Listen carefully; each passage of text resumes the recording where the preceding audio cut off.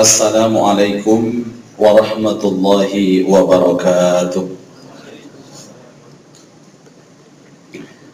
Bismillahirrahmanirrahim. Alhamdulillahi rabbil alamin. Wassalatu wassalamu ala ashrafil anbiya'i wal mursalin wa ala alihi wa ashabihi wa tabi'ina ajma'in. Qala Allah Ta'ala fi kitabihil karim, a'udzu billahi minasy syaithanir rajim. Ma kana Muhammadun aba ahadin min rijalikum walakin Rasulullah wa khataman nabiyyin. Al-ayah. Shadaqallahul azim, amma ba'du. Ikhwani wa akhwati fillah, Bapak Ibu jamaah salat zuhur rahimakumullah. Alhamdulillahi rabbil alamin. Siang ini atas izin Allah kita bersama-sama dapat hadir dalam majelis yang sangat mubarakah, melaksanakan salat jamaah zuhur, kemudian melaksanakan ta'lim, mengingat perjuangan junjungan kita Nabi besar Muhammad sallallahu alaihi wasallam dalam sebuah peringatan Maulidur Rasul sallallahu alaihi wasallam. Semoga kehadiran kita ini dicatat oleh Allah sebagai amal salih dan mendapat balasan yang berlipat. Kemudian salawat dan salam semoga tetap Allah limpahkan kepada junjungan kita Nabi Muhammad sallallahu alaihi wasallam beserta keluarga dan sahabatnya ila yaumiddin. Dan kita berharap semoga kita semua yang hadir oleh Allah diampuni dosa-dosanya, dikuatkan imannya, diberkahi umurnya, sehat jasmani rohaninya, sakinah rumah tangganya, solihah solih dan solihah putra putrinya, lapang rizkinya, lancar semua usahanya, dan lunas hutang-hutangnya. Saudara sekalian, tidak ada sebuah tujuan kita membahas tentang Rasulullah SAW kecuali adalah agar kita semakin cinta kepada Nabi. Karena salah satu jaminan apabila kita cinta kepada Nabi, yang jelas kita akan masuk surga bersama dengan Rasulullah sallallahu alaihi wasallam. Man ahabbani kana ma'i fil jannah. Siapa yang cinta kepadaku, maka dia pantas masuk surga bersamaku. Orang berharap surga saja luar biasa, apalagi berharap surga bersama dengan Rasulullah sallallahu alaihi wasallam. Maka dalam sebuah sabda Rasulullah pernah menyampaikan, dunia ini sesungguhnya adalah tempatnya orang yang tidak punya tempat, rumahnya orang yang tidak punya rumah, kampungnya orang yang tidak punya kampung. Ad-dunya daru man la darolah. Dunia itu adalah tempatnya orang yang tidak punya tempat. Kenapa demikian ma'asyiral muslimin? Karena sesungguhnya hidup ini kan bergantian dan bergiliran. Rumah yang kita tempati sekarang, dulu bukan kita yang menempati, sekarang giliran kita. Dan mungkin beberapa tahun berikutnya giliran anak kita yang menempati rumah itu. Kantor ini Pak, Bu, dulunya bukan kita yang menempati, sekarang giliran kita. Dan mungkin beberapa tahun akan datang akan dilanjutkan dengan orang lain. Bergiliran dan bergantian, itulah hidup. Kalau kita punya sawah di kampung dan kita garap sawah misalnya, sawah yang kita garap itu bukan sawah kita, sekarang sawah kita. Mungkin sebentar lagi akan digarap oleh anak-anak kita. Itu pun kalau anak kita senang garap sawah. Padahal anak zaman modern itu tidak senang garap sawah, tapi senang dodolan sawah. Makanya cepat habis. Tidak hanya rumah, kota, kantor, kampung, sawah, tanah, Kadang-kadang istri juga bergantian. Kalau ada orang istrinya masih muda, kemudian dia meninggal dunia, pastilah istrinya akan digantikan oleh temannya sendiri. Mungkin dipikir mubadir, timbang dipek wong liya tapek dhewe. Bergantian. Hadirin, ini yang harus kita sampaikan. Karena sesungguhnya hidup ini kan hanya lewat saja, Pak. Lewat saja. Karena semuanya pasti akan mati. Orang hidup pasti akan mati. Orang berani hidup harus berani mati. Tidak berani mati, jangan hidup. Sudah terlanjur hidup harus siap-siap mati. Orang kalau sudah waktunya mati, tidak mau mati, tetap mati, Pak. Atau belum waktunya mati, pengen mati, tetap tidak akan mati. Idza jaa ajaluhum la yastakhiruna sa'atan wa la yastaqdimun. Jika ajal itu datang, maka tidak ada satupun yang bisa minta mundur ataupun minta maju. Ada berita di kampung itu, Bapak Ibu, ada seorang laki-laki stres. Biasanya orang stres itu bawaannya pengen mati. Makanya dalam survei itu ternyata yang siap mati itu justru orang yang miskin, yang stres. Yang tidak siap mati itu orang kaya. Orang kaya itu takut sekali dengan mati, Pak. Tapi sementara orang miskin itu sangat siap dengan kematian. Apalagi sudah utangnya banyak, tidak bisa nyaur, isinya mati tok, Bapak. Hadirin, orang ini stres. Dia ingin mati, pokoknya mati sekali sama saja. Akhirnya dia itu mencoba untuk mengakhiri hidupnya dengan cara bunuh diri. Dia ambil tali tambang itu, kemudian ke belakang rumah, cari pohon yang paling tinggi. Dia naik pohon tersebut, dia ikatkan lehernya, kemudian salah satu dahan di pohon tersebut, dia tengok ke bawah, ternyata sangat jauh sekali. Dia berpikir, mesti mati hal ini. Kemudian dia meloncat sekencang-kencangnya. Mungkin dia itu pernah ngaji, Pak. Ada santrinya sedikit. Jadi sebelum loncat dia itu sempat baca bismillah dulu. Bismillahirrahmanirrahim. Nawaitu kendatillahi ta'ala. Akhirnya jatuh, Pak, gelondong gitu. Cuman kalau takdirnya belum mati, ternyata dia tidak mati, Pak. Dia salah. Tamparnya terlalu panjang, ya, Pak. Jadi bunuh diri tidak profesional dia. Mestinya dia itu harus berguru kepada yang sukses bunuh diri. Hadirin, nah kabar-kabarnya ini kita kan bukan asli dunia, Pak. Kita ini kan asli surga. Nenek moyang kita ini dari surga. Nabi Adam alaihissalam itu dari surga. Karena rumah kita surga, maka dunia ini bukan rumah kita. Dan karena rumah kita surga, Bapak Ibu, maka kelak kita harus kembali ke rumah kita aslinya. Di mana? Di surga. Makasih, Pak. Cuman masalahnya kita surga itu kan hanya dengar-dengar, Pak. Kan belum pernah kita ke surga. Jalannya pun tidak tahu. Nah, oleh karena kebijaksanaan Allah inilah, Allah membentuk panitia-panitia khusus, pansus, untuk mencarikan jalan menuju surga. Dan panitia-panitia ini oleh Allah Subhanahu wa Ta'ala di briefing, dibina, dan masing-masing diberikan rombongan-rombongan. Dan subhanallah, Bapak Ibu sekalian, kita ini dipilihkan oleh Allah ketua rombongan yang paling spesial untuk kembali ke rumah kita asli di surga. Tidak lain adalah Nabi Muhammad Sallallahu Alaihi Wasallam. Makanya nanti itu ada ayat, orang akan digiring ke surga dengan rombongan-rombongannya. Baik juga ke neraka digiring dengan rombongan-rombongannya.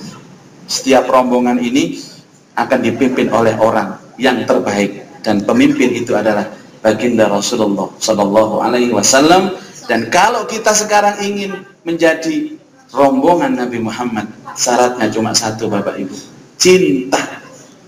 Man ahabbani kana ma'i fil jannah. Siapa yang cinta kepadaku, dia pantas masuk surga bersamaku. Tapi sabda ini diawali dengan sebuah kalimat, man ahya sunnati faqad ahabbani. Wa man ahabbani kana ma'i fil jannah. Siapa yang menghidupkan sunnahku, dia cinta kepadaku, dan siapa yang cinta kepadaku, dia patut masuk surga bersamaku. Hadirin, orang cinta itu mengalahkan segala-galanya. Berat jadi ringan gara-gara cinta. Mudah, yang sulit jadi mudah gara-gara cinta. Ambune pewenguk lho nek cinta tadi wangi. Maka orang itu kalau cinta kepada Rasulullah, dia tidak akan berat untuk menghidupkan sunnah-sunnahnya. Nah, sebelumnya Imam Al-Ghazali pernah mengatakan tanda cinta itu kenal kepada Rasulullah. Maka mari bertanya kepada diri sendiri, kita ini cinta nggak ke Rasulullah? Oke, kalau cinta, ada pepatah, tak kenal maka tak sayang, tak sayang maka tak cinta, tak kenal ma'rifatu hayati, kenal dengan Rasulullah. Jangan pernah mengaku cinta kepada Nabi kalau kita belum mengenal Nabi. Apa mungkin orang tidak kenal bisa cinta? Namanya siapa Bapak Ibu? Nabi kita itu namanya Muhammad. Yang memberi nama itu siapa? Kakeknya namanya Abdul Muthalib, atas ilham dari Allah. Jadi Muhammad itu adalah nama dari Allah, diilhamkan kepada Abdul Muthalib untuk diberikan kepada Nabi Muhammad SAW. Jadi walaupun yang menamakan kakeknya Abdul Muthalib, Allah juga menyebut nama itu di Al-Quran. Muhammadur Rasulullah. Muhammad adalah utusan Allah. Dia punya ayah namanya Abdullah. Abdullah punya ayah namanya Abdul Muthalib. Abdul Muthalib punya ayah namanya Hashim. Hashim punya ayah namanya Abdi Manaf. Abdi Manaf punya ayah namanya Kilab. Kilab punya anak namanya Qusay. Qusay punya anak namanya Murrah. Murrah punya anak namanya Farid. Farid punya anak namanya Lu'ay. Lu'ay punya ayah namanya Ghalib. Monggo diulang lagi Bapak Ibu. Kulo oleh ngapal lo tili-tili wis bingung Pak. Tandanya cinta kepada Rasulullah. Tetapi Bapak Ibu sekalian, Rasulullah Shallallahu Alaihi Wasallam juga diberikan lakob. Lakob itu julukan, dan julukan Rasulullah Shallallahu Alaihi Wasallam itu sama dengan Asma al-Husna yang milik Allah Subhanahu Wa Taala. Asma al-Husna jumlahnya berapa? 99. Ada yang hafal? Saya hafal Pak. Yang pertama dan yang terakhir, Ar-Rahman sama Dzul Jalali wal Ikram. Jadi dulu itu pokoknya kalau nggak bisa hafal semua Pak, dihafal yang pertama dan yang terakhir. Tambahi satu yang tengah-tengah supaya kelihatannya hafal ya. Nah, Rasulullah Shallallahu Alaihi Wasallam ini juga punya lakob itu. Yang memberi adalah Allah Subhanahu Wa Taala. Mungkin ada yang tahu apa lakob atau julukan Rasulullah Shallallahu Alaihi Wasallam? Silahkan angkat tangan dan hadiahnya umroh. Al-Amin ya, Al-Amin. Nggak boleh ragu-ragu. Salah satunya itu yang terkenal, dan itu sifat-sifat Rasulullah seperti Al-Amin, Siddiq, Amanah, Fatonah. Dalam kesempatan ini saya tambahkan 4 sajalah, karena semuanya 100. Ini diceritakan kabeh 2 hari 2 malam belum selesai. Yang pertama adalah namanya Ahmad. Ahmad ini nama Rasulullah Sallallahu Alaihi Wasallam. Sehingga kalau ada orang yang namanya Ahmad, berarti dia mengikuti lakop Rasulullah Sallallahu Alaihi Wasallam.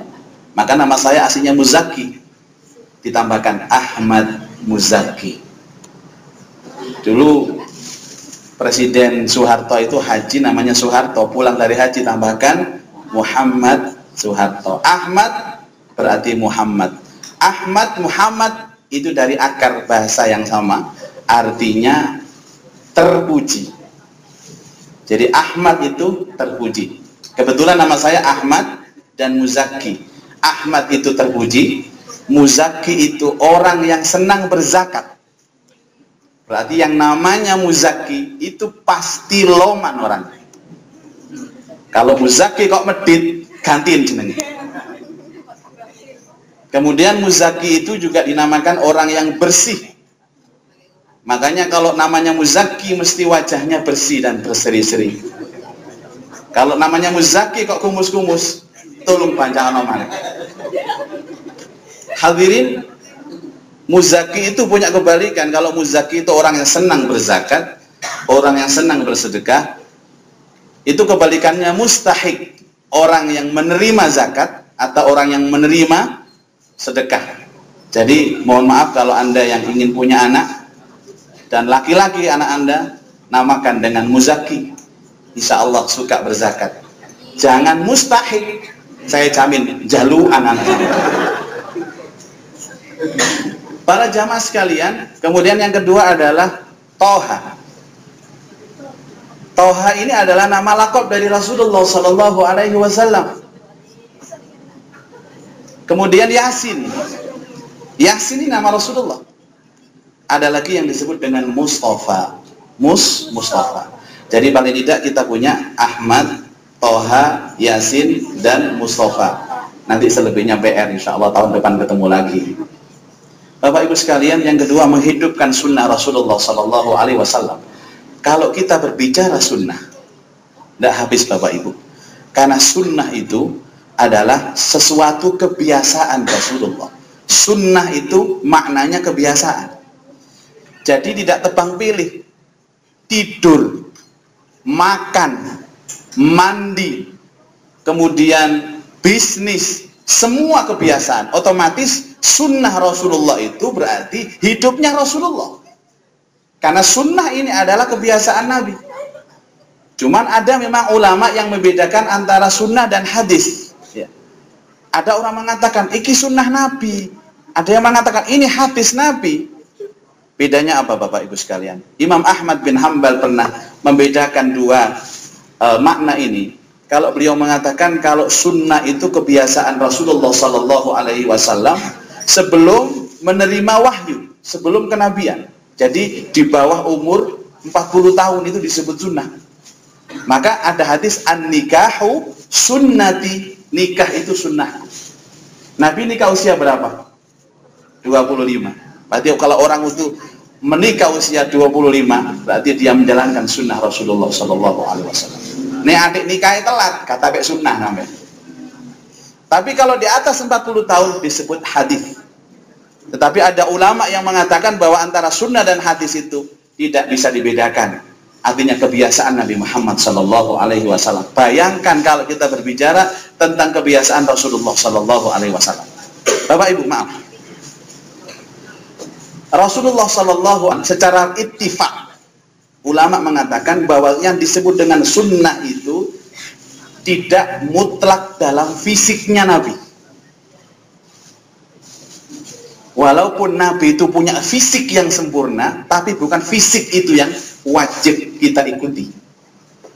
Oh, Nabi itu Bapak Ibu, kalau silahkan baca sirah, adalah manusia yang paling ideal. Dalam sebuah riwayat dikatakan, wa kana sallallahu alaihi wasallam ahsanan nasi khalqan wa khuluqa. Dan Nabi Muhammad sallallahu alaihi wasallam itu ahsanan nas, sebaik-baik manusia. Khalqan, baik dari fisiknya, wa khuluqa, dan akhlaknya. Cuma yang dibesar-besarkan itu bukan fisik Nabi, tapi akhlak Rasulullah Sallallahu Alaihi Wasallam. Oh, kalau kita bicara fisik Bapak Ibu sekalian, Rasulullah itu orangnya ideal. Tinggi tidak terlalu tinggi, pendek juga tidak terlalu pendek. Gak nemen lemune, yo gak nemen kurune. Kulitnya gak nemen putih, yo gak nemen ilni. Bahkan kalau saya mencoba menjam bahasanya Ad-Dibai, kalau beliau memuji Rasulullah Sallallahu Alaihi Wasallam, beliau mengatakan yub'atsu min Tihamah. Beliau diutus dari kota Tihamah. Tihamah itu Mekah. Baina yadayil qiyamah, mendekati hari kiamat. Fi dhahrihi alamah, di punggungnya ada stempel kenabian. Tudhilluhul ghamamah, Nabi itu kalau berjalan selalu dinaungi awan, Pak. Tuti'uhus sahaib, mendung, taat kepadanya. Bagaimana wajah Rasulullah? Fajriyul jabin, wajahnya Rasulullah mencorong seperti fajar, kata beliau. Fajriyul jabin, lailiyul zawaib, rambutnya itu hitam pekat seperti gelapnya malam. Subhanallah. Coba lihat bagaimana hidungnya Rasulullah. alifiyul anfi, hidungnya Rasulullah lurus mancung seperti huruf alif. Podo ambek sampean. Bedane sampean alif bengkong. Gak jelas miring irung. Kiwa, tengen, apa ndeleset. Kemudian bagaimana mulutnya Rasulullah? Beliau mengatakan mimiyul fami. Mulutnya Rasulullah Shallallahu Alaihi Wasallam itu seperti lubangnya huruf mim. Coba Bapak Ibu, huruf mim itu kecil apa besar? Kecil, nek gede ku short. Jadi subhanallah, wajahnya ganteng, rambutnya hitam, hidungnya mancung, bibirnya itu sempit, terus karena untuk white plus. Nuniyul hajib, alisnya Rasulullah itu seperti lengkungan huruf nun. Tapi tidak dibesar-besarkan Bapak Ibu. Justru yang dibesar-besarkan kalau ditanya siapa Nabi yang paling tampan, jawabannya Nabi Yusuf alaihissalam. Kalau ada pertanyaan lagi bagaimana? Bagaimana bedanya tampannya Nabi Yusuf dan tampannya Nabi Muhammad sallallahu alaihi wasallam? Padahal kalau ada yang mengatakan tampannya orang sebumi ini, jadi wong ganteng-ganteng di kelompok tadi sisa donya, tidak mengalahkan tampannya Rasulullah sallallahu alaihi wasallam. Bedanya dengan Nabi Yusuf, kalau Nabi Yusuf itu tampannya membawa fitnah, kalau Rasulullah tampannya membawa rahmah. Bagaimana membawa fitnah itu Bapak Ibu? Biasanya wong ganteng, wong ayu itu Bapak Ibu, kalau ada orang jelek jejer dengan dia sampai ketok elek. Kalau kulit Anda merasa hitam, jangan sekali-kali dekat dengan orang kulitnya putih, mesti tambah celeng sampai. Itu namanya bikin fitnah. Dan rata-rata Allah Subhanahu wa taala memberikan anugerah ganteng, cantik itu selalu bikin fitnah. Nabi Yusuf ganteng, bojone wong katut kabeh.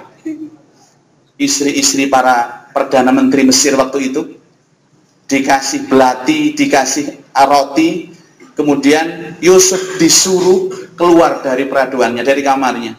Mereka melihat Yusuf semuanya terbelalak. Tidak sengaja mereka itu tidak mengiris rotinya, tapi yang dipotong itu tangan jari-jarinya. Mereka mengatakan ma hadza basyara in hadza illa malakun karim. Itu fitnah Pak. Tapi tampannya Rasulullah subhanallah. Kalau ada orang yang tidak terlalu tampan Pak, dekat Rasulullah itu tambah katok ganteng. Bilal bin Rabah itu pernah dekat Rasulullah sallallahu alaihi wasallam, bersebelahan dengan Nabi Muhammad. Oleh Anas bin Malik dipuji, wahai Bilal, aku tahu engkau kulitmu hitam, wajahmu jelek, tapi ketika kau berdekatan dengan Rasulullah, tambah ganteng awakmu, subhanallah. Jadi gantengnya itu nyafaati orang lain Pak. Kalau ada orang tinggi jajar Rasulullah, ketok ndek didik. Maaf, kalau ada orang ndek jajar Rasulullah kelihatan tinggi. Orang gemuk dekat Rasulullah ketok langsing. Wong kuru cedek Rasulullah padat berisi, subhanallah. Itu Rasulullah, gantengnya saja membawa rahmat. Hadirin, tapi bukan itu yang dibesar-besarkan. Makanya ulama-ulama mengatakan kalau Anda ingin tahu tampannya orang surga, lihatlah Nabi Yusuf alaihissalam. Kalau mau lihat cantiknya ahli surga, lihatlah Ibu Maryam.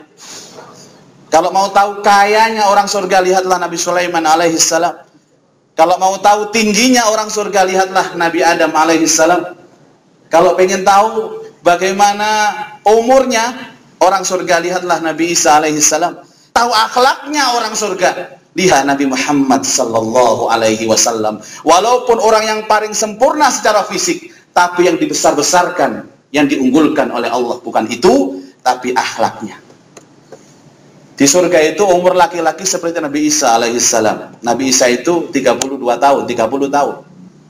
Dan yang perempuan seperti Sayyidatina Fatimah Zahra, umurnya 23 tahun, 25 tahun. Jadi yang laki-laki orang surga 30 tahun, yang perempuan 25 tahun. Di surga tidak ada orang tua pengumuman.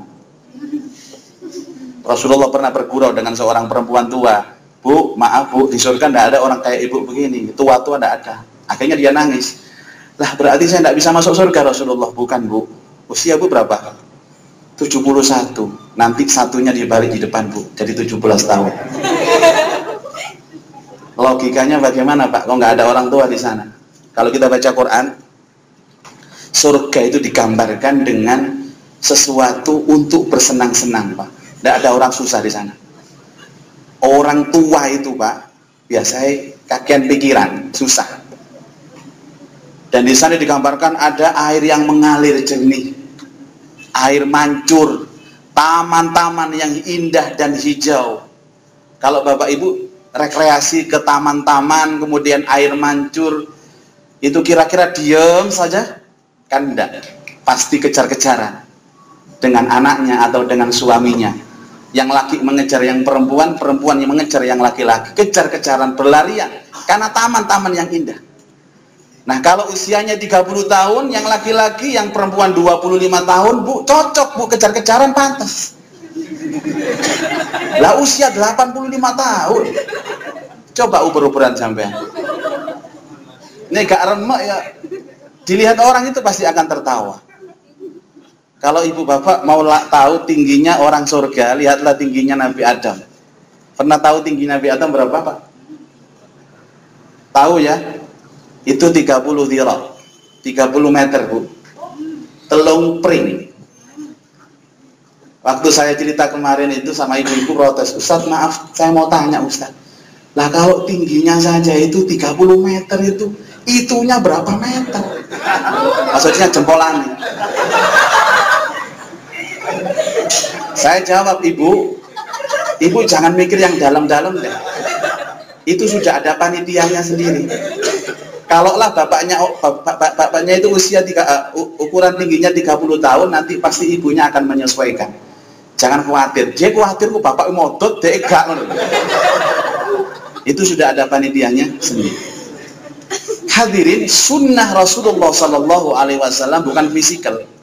Maka beliau dikatakan, innama bu'ithtu liutammima makarimal akhlaq.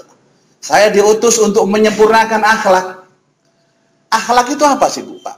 Akhlak Rasulullah itu akhlak kepada Allah, akhlak kepada makhluk.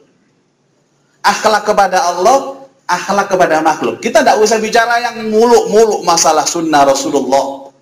Bagaimana bajunya Rasulullah, bagaimana wajahnya Rasulullah, tidak. Satu saja. Rasulullah itu orang yang tidak pernah marah. Gak murang-muringan Rasulullah. Bahkan pernah datang seorang sahabat minta nasihat kepada beliau, "Ausini ya Rasulullah." Beri saya nasihat wahai Rasul. La taghdab, jangan marah, jangan suka marah. Sudah, nanti dibawa pulang ke kantor, ke rumah. Satu saja akhlak Rasulullah. Kalau kepingin diakui menjadi umatnya lagi. Dia datang kembali tidak puas dengan nasihat itu. Ausini ya Rasulullah, la taghdab, jangan marah. Sampai ketiga dia minta nasihat dengan jawaban yang sama. Rasulullah itu pernah datang dari Baitul Mal malam subuh sampai rumah. Pagi hari dia tanya kepada istrinya Ibu Aisyah radhiyallahu anha, "Dek, apa pagi ini ada makanan?" Dijawab sama Aisyah, "Maaf Nabi, saya belum belanja.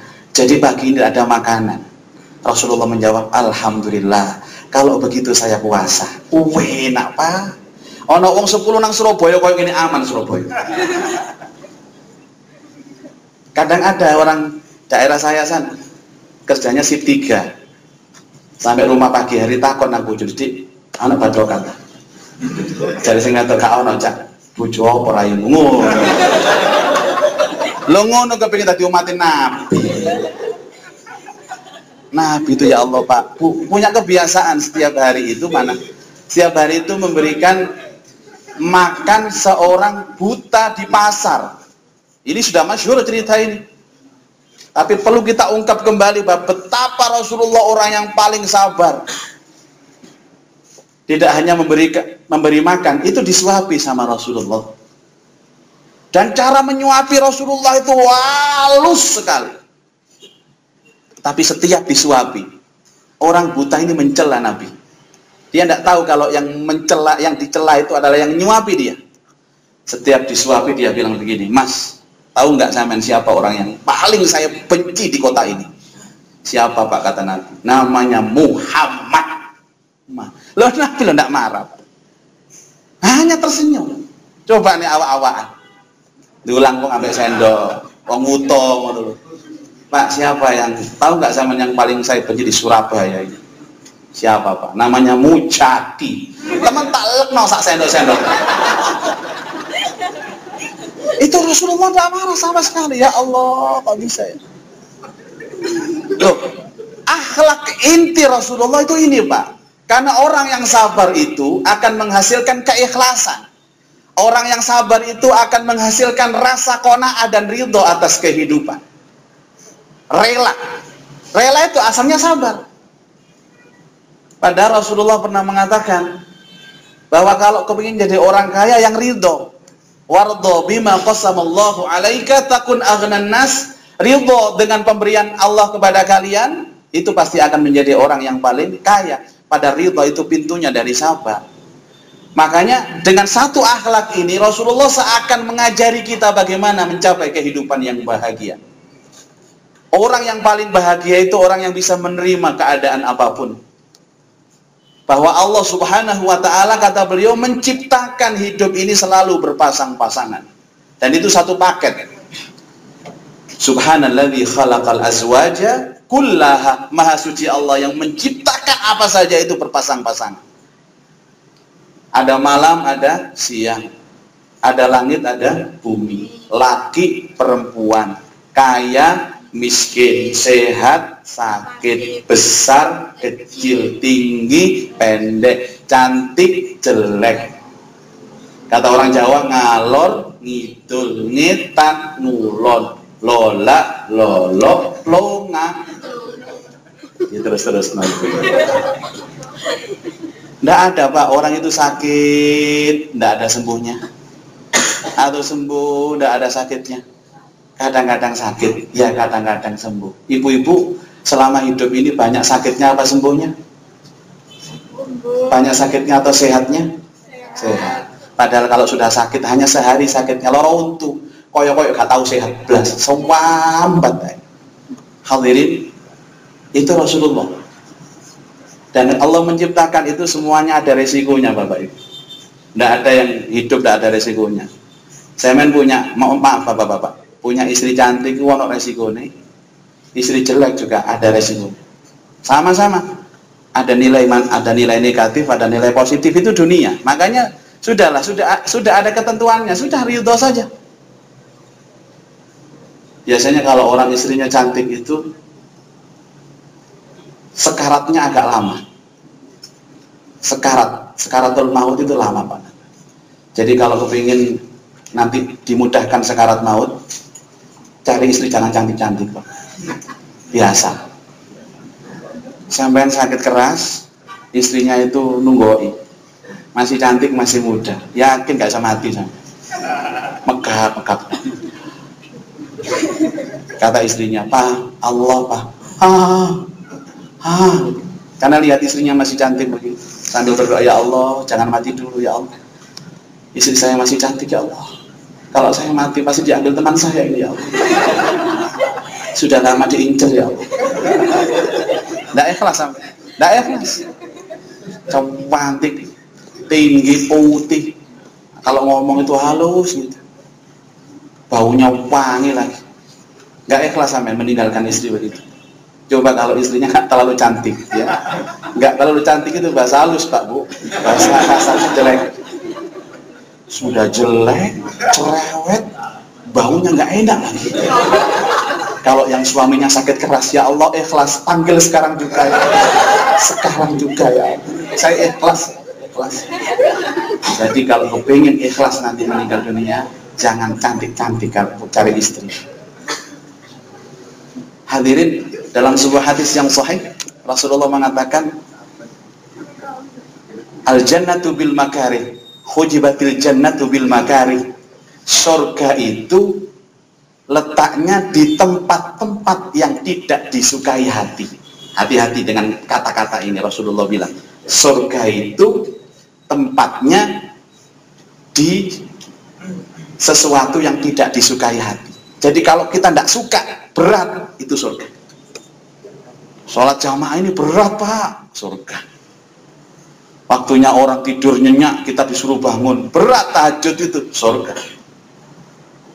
Waktu orang disuruh makan kenyang, kita disuruh puasa, tidak enak, surga. Kita dapat gaji dari kantor, suruh mengeluarkan, tidak enak. Surga. Al-jannatu bil makari.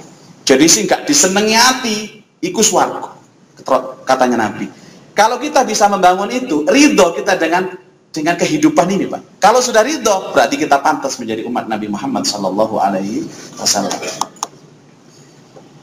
Ada seorang ibu-ibu datang kepada kami dalam konsultasi keluarga sakinah di Masjid Al-Akbar. Dia bilang, Pak, saya mau curhat. Apa, Bu? Masalah suami saya. Kenapa suaminya, Bu? Suami saya itu akhlaknya bejat, Pak. Bagaimana? Suka marah, Pak. Murang-muringan suami saya itu. Kalau murang-muring itu istiqomah, Pak. Pagi dan sore itu mesti saya diurang-uring sama dia. Nah, murang-muring, istiqomah. Terus kalau marah itu dia itu jelek, Pak. Ya semua, Bu. Kalau orang marah itu mesti jelek. Kan gak ngandel zaman murang-muring kalau zaman ngocol lah pelek sama. Saya bilang begini, Bu, selamat ya, Bu ya. Selamat. Loh, selamat atas apa, Ustaz? Ibu telah mendapat tiket surga. Kalau ibu sabar dengan perilaku suami itu, ibu akan dapat surga. Sebagaimana hadis Rasulullah Sallallahu Alaihi Wasallam, siapa orang yang sabar menghadapi kejelekan akhlak suaminya, maka Allah akan memberikan dia pahala seperti Allah berikan kepada Ayyub alaihi salam.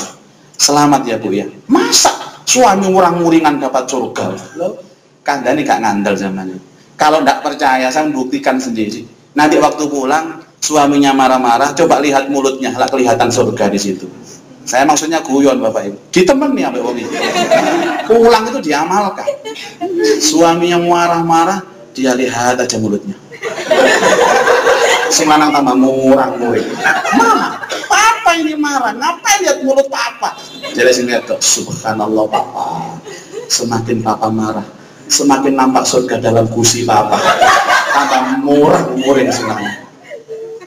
Hadirin, tidak bisa milih hidup ini. Makanya yang ridho.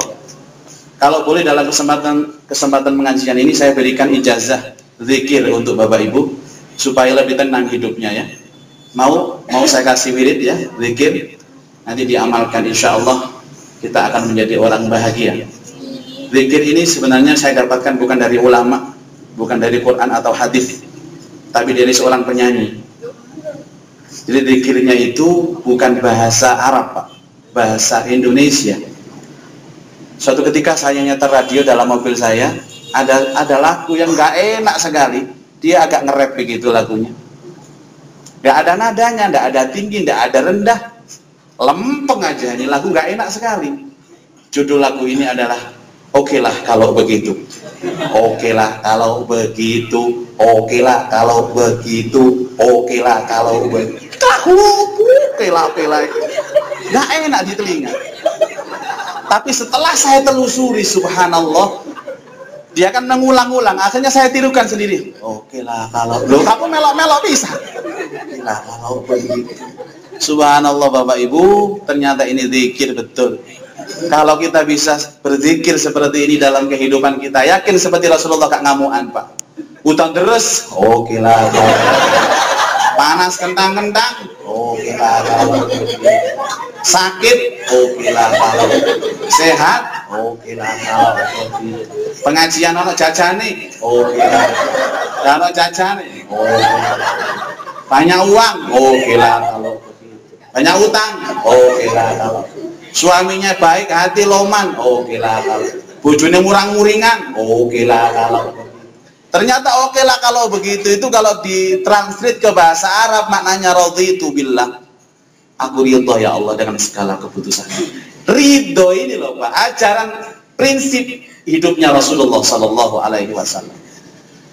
Jadi kalau ada istri marah bapak-bapak, wiritan itu saja, insya Allah. Okelah. Yakin tak nggak murang-muring.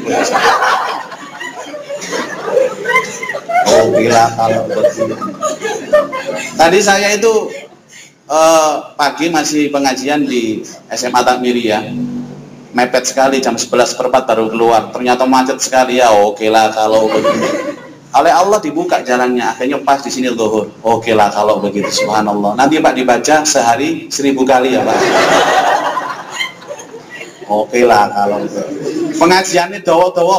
Okelah kalau. Ustadznya gak enak. Okelah kalau begitu. pokoknya oke lah tok.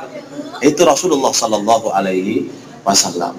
Bapak Ibu sekalian, ini akan menghasilkan sebuah sifat yang kedua. Allahu Akbar. Akhlaknya Rasulullah itu dari sabar menjadi ridho. Dari akhlak yang kedua menjadi akhlak yang ketiga. Apa? Orang yang ridho dengan keadaan, orang yang sabar dengan keadaan, biasanya tutur katanya lemah lembut, nyantai, kata-katanya menyenangkan orang. Suami yang sabar itu subhanallah kata-katanya halus. Dan saya bisa membuktikan Bapak Ibu sekalian bahwa baca sholawat Rasulullah itu adalah zikir yang dingin. Sallallahu ala Muhammad itu zikir yang dingin. Baca sholawat sebanyak-banyaknya hati itu bisa dingin.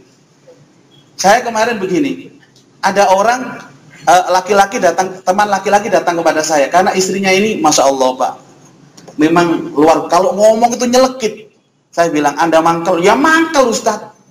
Cuma kalau mangkel saya jawab, saya nanti jakar sama dia. Oh, saya kasih wiritan, baca sholawat. Orang kalau baca sholawat Pak, walaupun kita itu nanti dimarahi oleh siapapun, dihina siapapun, tidak mangkelan sampai. Coba. Sallallahu ala Muhammad, sallallahu ala Muhammad, sallallahu ala Muhammad. Sholawat itu dingin sekali. Makanya di sana di Arab, itu kalau ada orang berkelahi, bertengkar Pak, dibacakan sholawat, selesai. Oh, sallallahu ala Muhammad, selesai. Atau sholli ala Nabi, selesai.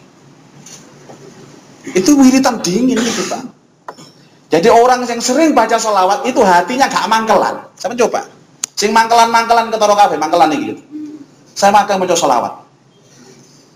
Jadi istri marah itu, sallallahu alaihi. Nggak mangkel, malah kita tambah ayu bojone. Tambah cinta. Padahal sing wedok ngomong nyelekit. Sallallahu alaihi Muhammad sallallahu alaihi. Tambah kayak terapi deh gambar. Cuman jangan terlalu keras, Pak. Sallallahu alaihi. Iku nantang jenenge. Kemarin saya umroh, Bapak Ibu baru datang kemarin hari Senin. Jamaah saya itu mau masuk Hajar Aswad. Pak, enggak bisa Pak, saya disikut, ditendang, didorong. Kalau di Hajar Aswad, jangan wiritan Allahu Akbar. Salah itu. Allahu Akbar itu wiritan panas. Jihad Allahu Akbar, pantes. Oh saya main mau Hajar Aswad, disikut orang tambah Allahu Akbar. Ya tambah dikempet kan ya. Orang Indonesia kecil-kecil kok. Baca sholawat di situ. Akhirnya dia coba yang kedua masuk Hajar Aswad. Ketika kredit, dia disikut, ditendang, didorong, dia bilang sallallahu ala Muhammad, sallallahu ala Muhammad. Langsung Pak, minyak semua, subhanallah. Dingin. Di Arab seperti itu, cuman di Surabaya belum tradisi begitu Pak. Tidak berlaku. Kemarin ada orang juru parkir itu di Wonokromo tukaran. Tawacana sholawat, sallallahu ala, cok melok-melok kon.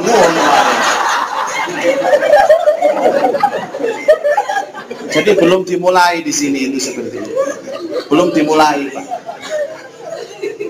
Nah, saya akhlak Rasulullah sabar, ridho. Dari ridho ini menghasilkan sifat apa, Pak? Kalau ngomong halus.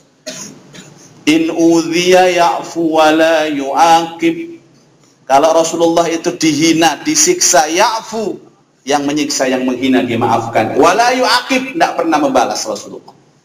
In khusima yasmut wala yujawib. Kalau Rasulullah di debat, dia yasmut, dia diam, tidak pernah menjawab. Kalimatnya itu menyenangkan orang. Rasulullah ngomong mesti senang Pak. Manggil istrinya saja subhanallah, ya Humairah. Panggilan yang paling disukai Aisyah. Kadang-kadang dalam sebuah hadis yang sahih, riwayat Bukhari, beliau mengambil Ais, sewenang. Itu istrinya sewenang Pak. Kadang-kadang kita kan begitu. Wis gak ndelok-ndelok wis bojone kuwur, trek tekan piye trek. Nek lowemu iku ya gak mentolo kate ngomong. Kalau istilah sekarang bahasa Jawa itu boso Pak. Saya pernah sowan kepada guru saya di Kediri, seorang ulama. Dia itu boso sama istrinya. Ya Allah, nih enten Ustadz Muzaki, mpun bah, kula mawon sing ndamelaken nunjukan boten nik kula mawon, ngono rebutan gawe nang ngombe suami istri. Ah daya lho kena ngombe. Ngono lho umat Rasulullah itu kondi lah ngono. Itu boso Bu. Lah orang kalau boso Jawa itu kan gak iso tukaran, boso hari ini. Kalau halus gak bisa, Pak. Orang tukaran mesti keras. Kalau boso gak iso. Ya nongon dos punten ngapunten sing kewatang gue mboten ngoten. Boleh koyo wayang lah. Halus Rasulullah itu. Kalau menyapa orang itu halus, waktu dihina Abu Lahab, Abu Jahal menghina dia diam saja, subhanallah. Halus sekali Rasulullah. Dan ini mengajarkan kepada kita tentang kebahagiaan hidup. Janji kalau kita bisa ngomong halus kepada orang, maka orang itu akan ngomong halus kepada kita. Dan itu kebahagiaan. Apa yang diberikan orang kepada kita, itu hasil apa yang kita berikan kepada mereka. Kalau kita ngomongnya halus, Pak, jawabannya pasti halus.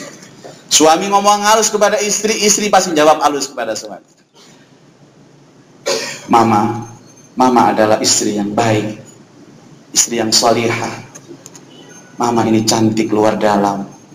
Semakin hari tambah cinta papa ke mama. Masya Allah, romantis. Pasti jawab baik. Subhanallah papa, jangan ngomong begitu papa. Mama jadi terharu pak. Papa juga imam yang baik, suami yang bertanggung jawab. Setiap hari tambah cinta mama ke papa. Dikaiti api jawab. Jadi sing lanang, Dik. Nek tarak salah sama awak di rumah tangga 10 tahun, Dik. Koyo salah hitungan dino, Dik. Mosok tambah suwi gak tambah cinta nang sampe. Tambah bau benci aku nang awak. Jadi sing lanang, Cak, tolong ojo ngomong koyo ngono sampe. Para somo aku iki karo tak dadi bojone lain. Aku yo wis ngempet kedien cak ngene. Coba. Tutur kata yang baik itu dihasilkan dari akhlak sabar dan ridho. Jadi tidak pernah dia melihat istrinya, Pak, bagaimana istrinya harus melayani dia. Tapi dia melihat bagaimana saya harus melayani orang, saya menyenangkan orang. Ya Allah, ada suami itu, ya Allah yang romantisnya luar biasa. Anda kalau melihat hadis-hadis sahih tentang Rasulullah rumah tangga, ngiler sampean, Pak. Bagaimana Rasulullah merayu istri-istrinya, memuliakan istri-istrinya. Bahkan ada sebuah hadis, siapakah seorang laki-laki yang mulia itu? Ma akraman nisa illa karim wa ma ahanahunna illa laim. Orang yang memuliakan istrinya adalah laki-laki yang mulia, tapi orang laki-laki yang menghina istrinya, dia orang yang hina. Ada seorang suami, subhanallah, dia muliakan istrinya. Sebelum nyampe rumah, pulang itu, dia telepon istrinya dulu, Pak. Bahasa teleponnya bagus, halus sekali. Niru Rasulullah. Assalamualaikum warahmatullahi wabarakatuh, mama. Karena diawali baik, Pak. Sing wedok jawab apa? Waalaikumsalam warahmatullahi wabarakatuh, papa. Papa sampai mana, Pak? Alhamdulillah, Ma. Papa sudah dekat rumah. Alhamdulillah, terima kasih Pak diingatkan. Kalau gitu mama tak siap-siap Pak. Ditutup telepon ini, langsung adus sing wedok. Mari adus, berai, pupuran beluk, lipstiknya cerem. Jangan sampai saya keduluan suami saya, gitu. Akhirnya ngedang bojone nang ngarepe pager. Suaminya dari jauh pakai motor. Kelihatan kelop-kelop. Abangku, abang. Sopo rek kelop-kelop. Ternyata mendekat, ya Allah, mama ternyata. Suaminya parkir sepeda motor, ditutup sampai sing wedok. Dibawakan tasnya, dituntun, dibopong ke ruang tamu. Papa duduk dulu ya Pak, mama sudah siapkan air hangat untuk memboboki kaki papa. Masya Allah. Diambil bu air hangat, kakinya suaminya dicelup no, selam. Sing lanang adem rasanya. Dipijeti bu sikile. Pundake ya Allah. Teh hangat teh metu, roti bakare metu. Sing asale puwegel ditanya sama istrinya, papa capek ya? Dikit mah. Padahal puwegel nemen. Berhubung dipijeti jadi dikit mah. Sudah sampai sing lanang glegeken. Akhirnya setelah glegeken dilihat suaminya sudah tenang, baru istrinya ini mengajukan proposal kepada suami. Papa, hari ini ada iuran RT,